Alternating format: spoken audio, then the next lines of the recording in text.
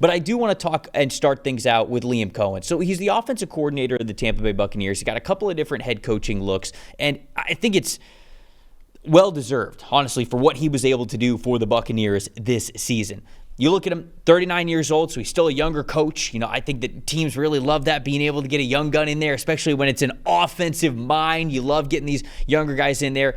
Offensive coordinator of the Buccaneers. He started his coaching career, when it comes to the NFL with Sean McVay and the Los Angeles Rams. That was back in 2018. He actually started as a wide receivers coach. Then he was elevated to the quarterbacks coach. Then he actually goes over to the University of Kentucky. He's the offensive coordinator there. Pops back over with McVay for the Rams for 1 year as their OC. But, when you're under Sean McVay is going to be the one to call plays. So he actually flipped back to Kentucky because he was like, hey, I want to call plays. I really want to do that. So he did that before becoming the offensive coordinator and play caller of the Tampa Bay Buccaneers that we saw this past year as Dave Canales had left that team to go be the head coach of the Carolina Panthers. Wow, Tampa Bay Buccaneers maybe just becoming an offensive coordinator to head coach factory. Never thought I'd say that ever in my lifetime growing up watching the Buccaneers. But I would love to hear your thoughts on Liam Coen, Ollie, and just your thoughts of sort of what he really brings to the table, what he has done best this year, what you have liked the most about him down in Tampa Bay, whether it's utilizing a certain aspect of offense, certain players, how he has handled evolving as the season went on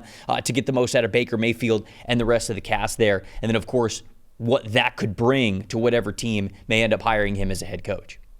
Yeah, I think he's a really special offensive guy. I think he's the one guy in this cycle where I say, if I could just have my offense pinned around someone for 10 years, I'd take Coen over a Joe Brady, a Monk, and someone like that. And to me, it goes back even to the Kentucky days where it was such a fascinating thing when he moved down to college football because it was, okay, we got this Sean McVay, Kyle Shanahan, wide zone then boot offense. Everyone wants to run it. Everyone's going to find the hot shot coordinator that stood near those guys, right? And then no one in college football had tried it. And Kentucky said, let's give this a go. Let's see if we can run the wide zone then boot back in college and if we can have the same type of success. And he went down there and did that, as you said, then went back to the Rams, then went back down and tried it again with Kentucky. So when he got to Tampa, I was like, okay, this guy may be a slightly doctrinaire, slightly in the McVay world. And even all those guys who've run that stuff, McVay Shannon, have really moved away from that being kind of the base element of their offense. He gets there, he tries to establish some part of it early on that we base out of an outside zone, wide zone type structure, and then realizes pretty quickly on, we don't have the horses to run this. It's not working quite properly. The technique is pretty flawed. And he doesn't overhaul the thing necessarily, but he proved to me just how malleable he is, how creative he is, how he can find solutions on the fly within games and then over the course of a season with receivers going down and getting to different personnel situations and different formations and different looks. And so just the general kind of ride of the season is someone who is so switched on, is so next level, so ahead of other people. I just think he's probably the most exciting offensive guy in the league right now, which I'm not sure I would have said even when a guy like Kevin O'Connell was getting a head coaching job. I was like, okay, are you just getting like the Sean McVay light because you can't hire Sean McVay? Coen really reminds me of McVay in the Washington season when he was OC of, I've been storing this stuff up since I was the quarterback coach at Brown and I was the OC at UMass. I have so many things I've been waiting to do and Sean wouldn't give me a chance to call it myself. I cannot wait to get to the league and to have a Baker Mayfield and to have a Mike Evans and to have a Tristan Wirfs, and I'm going to run all of it out in one go. This is my chance. And it was just a really, really special season from them, both stylistically and then obviously the output. Yeah, I'm glad that you brought up the run game stuff because to me, that's the most impressive. We talk about what Baker Mayfield was this past season, how well he played, even down to the very end. I mean, that game against the Commanders, they didn't lose that because Baker Mayfield didn't play a great game. I mean, he absolutely did. He was brilliant in the last two games leading up to the playoffs for them to clinch the division. Had an elite PFF passing grade in both of those games, and then you get to the playoffs and he had a great playoff game against the Commanders. The fact of the matter is he only had the ball 3 times in the second half, and they just did not have enough possessions to win that football game. So on the offensive side of things, they really had things figured out. And I think that it's easy to sort of look at how well Baker played with Liam Coen and just say like, man, well, look at what he did with quarterbacks. And I think that's a reason why you should believe in him, right? I mean, you look at some of these spots, I'm just throwing these out there, not that he's necessarily going to go to these spots, but the Chicago Bears, like pairing him with Caleb Williams and how much growth he got out of Baker Mayfield and thinking that could be the case with Caleb. And certainly you think about that with Jacksonville as well, with Trevor Lawrence potentially being able to take that next step if Liam Coen is their head coach. And when you have those situations where you've got that quarterback there, I mean, I would have maybe said the same thing for New England if they weren't so locked in on Mike Vrabel. You're right. Getting to get his hands on Drake May and really mold Drake May to take that next step. We focus a lot on that. But it is how he improved Tampa's run game that really gives me the most faith that, man, this guy just understands offense. And you're totally right. He's got this Shanahan wide zone, mid to outside zone kind of a background to him. He was able to do that when he was at Kentucky. And you and I talked about this early in the season, but I think it's worth reiterating this. When you look at what the Buccaneers were doing earlier this year, and this was sort of something that was a similar struggle with Dave Canales last year, because I think that Canales was trying to figure out what the identity of the Buccaneers offense was supposed to be. And I think the first half of the 2023 season, you could see them almost just throwing everything at the wall. Like, okay, we're going to run power sometimes. We're going to run inside zone. We're going to run outside zone. We're going to, have vertical passing concepts. We're going to have West Coast passing concepts. They tried to do a lot of things, and he just tried to figure out what was going to work best with the team. And he didn't and I think that I can understand why he did that. But unfortunately, it lacked an identity. It felt like this team didn't know exactly where their strengths were. Fast forward to this year, now Liam Coen's there as offense coordinator. The early parts in the season, he was doing a little bit of the same thing, but he was doing it a little bit differently. It felt like he was trying to sort of specialize things with his running backs, where Rachaad White was running more of those mid and outside zone running plays, and Bucky Irving was getting a little bit more of those power between the tackles, man gap blocking scheme concepts. And then around, week 6, 7, 8, whatever it was, I think Coen realizes, hey, this just isn't a strength of our offensive line. I'm trying to get the most out of how the backs see the field, but let's lean more into this between the tackles type of a running style. And you mentioned how malleable he is and how he was willing to go a little bit against the, no, we're just an outside zone rushing team. This is how you really are able to stretch the field horizontally in order to stretch it vertically. He said, no, this is what we do best on this team. So guess what?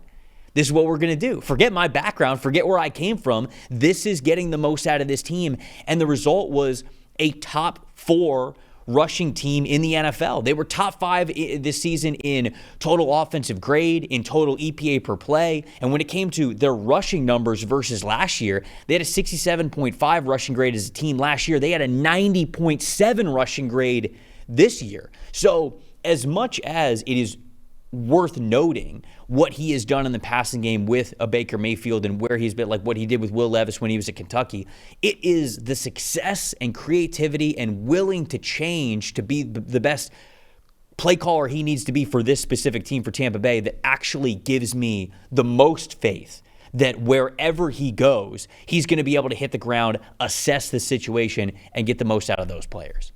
Yeah, I agree with you. And I think that there's 2 things on that, where one is, it can sound basic to say, right, we move from a wide zone system to then become more of a counter, pulling guys in space type system, more gap oriented, as you mentioned, more man oriented. And it can sound to people like, simple, you're just going to start hitting the button that says play, run, counter. It's like, you've heard all these wide zone guys. It's like a core belief system for these guys. Right. They really believe that you run yourself out of trouble. You just got to keep repping it, and eventually you'll figure it out. And this guy was like, I just don't think that's the approach for this team. And the results are astounding. And it's not just that you make that adjustment in your mind, it's all the downstream effects of it. You only run the initial action to layer on top of it. That's the only point of the thing. That's why you use the run game in the modern NFL, right? Is to be able to layer to an RPO, to be able to layer to play action, to be able to layer to a shot play, to have it look, smell, sound the same way. So if someone on the defense bites, you can hit an explosive. That's what you're doing.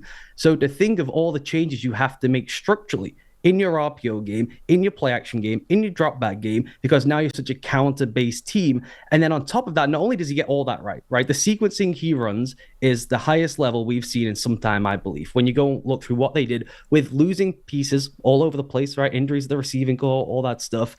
That level of on the fly, I now need 10x more plays that tie to my, refashioned run game. That's not easy to do. And now you'll have them lying somewhere in the office, right, if you want them at some point during the season. But it's not a really simple adjustment when your core identity is built around one base concept as it was. So to be able to pull that off in one go is incredibly impressive, just intellectually, to have all that stuff. But then it's the teaching, right? It's the communication. It's how do you get it across to the players? How do you get the buy-in? How does the rest of the staff understand what all the teaching points are? And then even within that, Trev, the thing that is amazing about the level of the sequencing and stuff is the level of creativity within the really basic things, the different ways, the different personnel groupings, the even different blocking assignments to get to the same core run plays, essentially, to be able to trigger what comes down the line.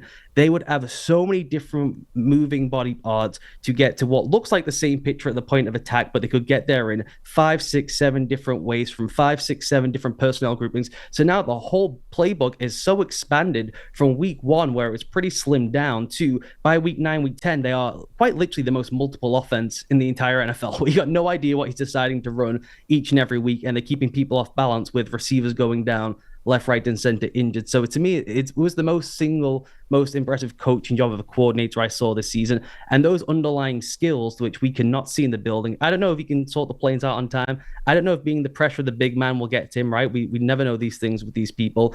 But to be able to have the communication skills to get that stuff across as quickly as he did, and to understand when to pull the Band-Aid off, that is the kind of special stuff that separates the McVays and the really great guys who go from OCs to head coaches. And it feels like the most of the attention, I know, we're sort of talking about Liam Coen as if he could be a head coach for really any of these openings, but the most attention that he has gotten has been with the Jacksonville Jaguars. And it does, it gets people excited when you talk about a coach who has not only this type of a background, not only this type of success, but also the communication skills that you mentioned, being able to step into an environment year one and get the most out of so many different players, not just the run game, but the chemistry within the offensive line, the confidence that he has instilled in Baker Mayfield. I mean, you're totally right. When you lose a Chris Godwin, that's a really big deal. Like, Chris Godwin is not just like, oh, yeah, he's a really good wide receiver goes down. Chris Godwin's a major part of what you do. He's an incredible blocker. Like, you could almost have Chris Godwin attached to the line of scrimmage because of how valuable he is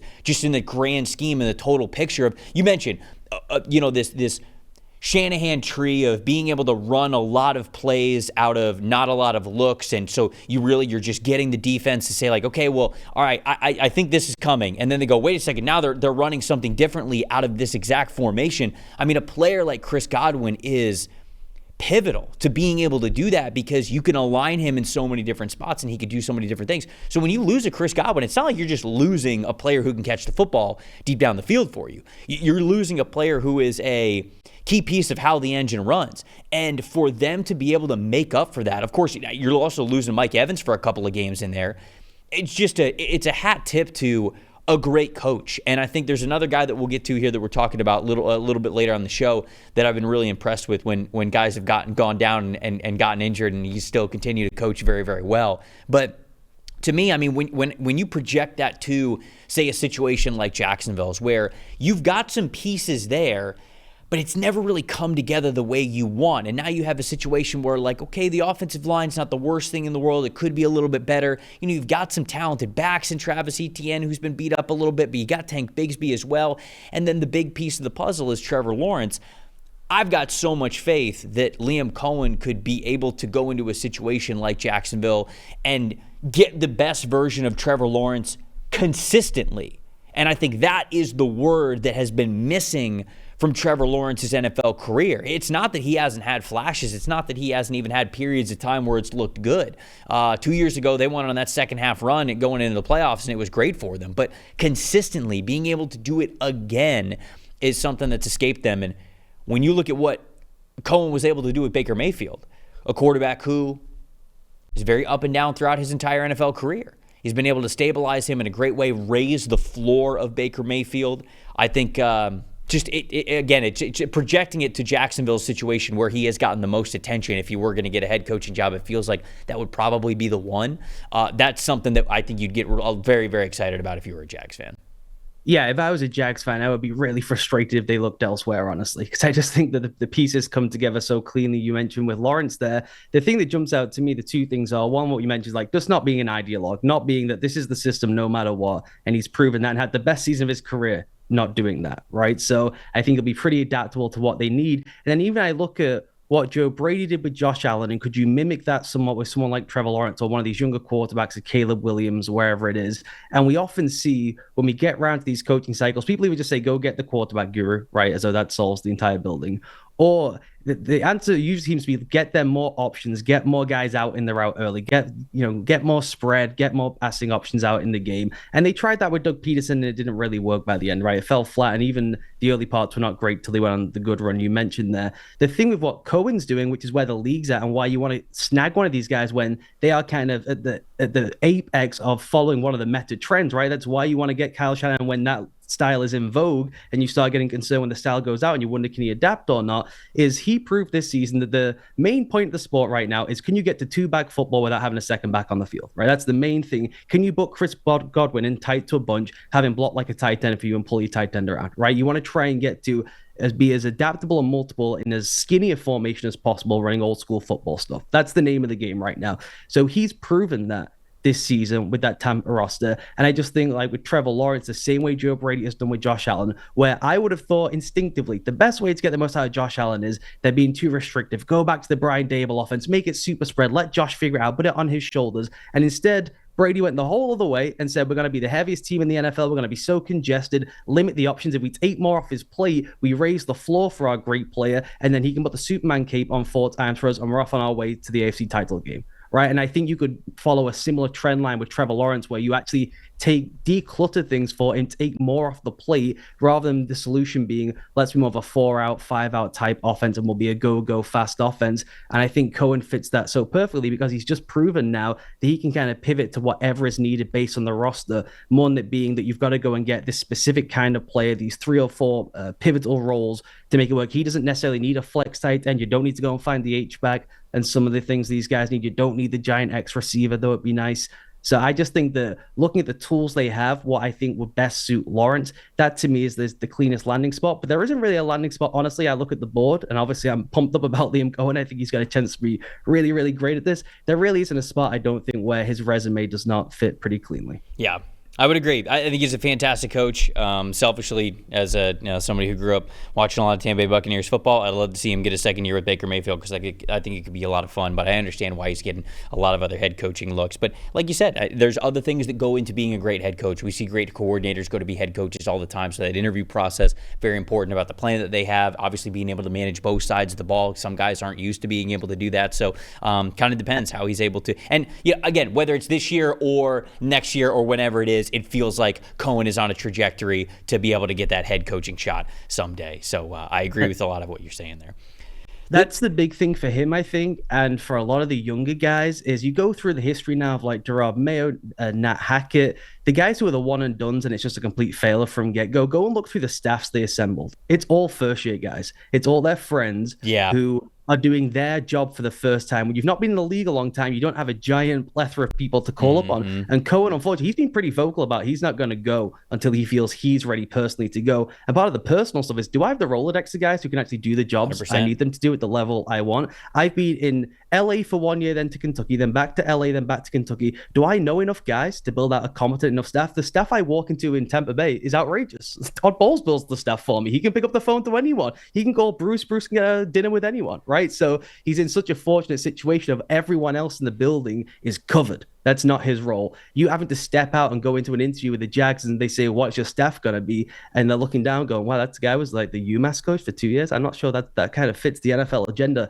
Like, can you assemble, no matter how good the plan is, no matter how good your brain is, no matter how good you are at scheming stuff, can you actually get the staff in the building? Because the evidence is out on the guys who go one and done now. They end up with a pretty poor and weak staff. And even if those guys are good coaches, they're all doing that specific job in their first year as the main guy is also learning his job for the first time. No, you encapsulated that perfectly, because you look at Tampa Bay and, some people look at when Tampa won that Super Bowl, when Tom Brady came down here, and they're like, oh, well, of course they won the Super Bowl. They had Tom Brady. The health of that organization, the coaching staff, the wisdom that they had on that coaching staff at the time, the players that they had drafted, the core pieces that were there, how Jason Light worked with their cap guru, Mike Greenberg, like everything there. John Spytek is, helping Jason Light when it came to being the guy who not only helped the scouting department, also the pro personnel side of it. Like everything in that organization there was just so much wisdom there. So you mentioned building out that staff. It's a massive piece of the puzzle of being the right head coaching candidate. And again,